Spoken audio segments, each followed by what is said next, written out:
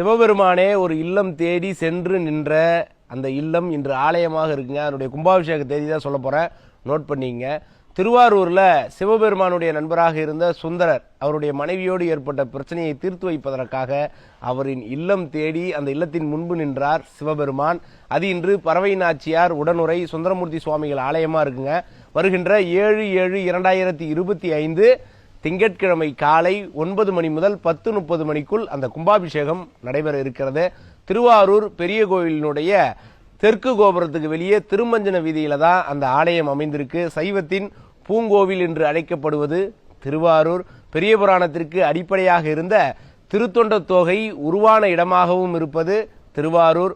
சுந்தரருக்கு சிவபெருமான் தில்லைவாழ் அந்தனர்தம் அடியாருக்கு அடியேன் என்று அடியெடுத்து கொடுத்த ஊரும் திருவாரூர். பல்வேறு சிறப்புகளை உடைய அந்த திருவாரூரின் திருமஞ்சன வீதியில் இருக்கக்கூடிய இந்த ஆலய கும்பாபிஷேகத்தில் நிச்சயமா கலந்துங்க. எந்த அடியாரெல்லாம் போவார்னு உங்களுக்கு தோணுதோ அந்த நண்பர்கள் அனைவருக்கும் ஷேர் பண்ணுங்க. அற்புதமான சிவ அடியார்களின் கூட்டத்திற்கு நடுவே இந்த கும்பாபிஷேகம் சிறப்பாக நடைபெறட்டும். நன்றி, வணக்கம்.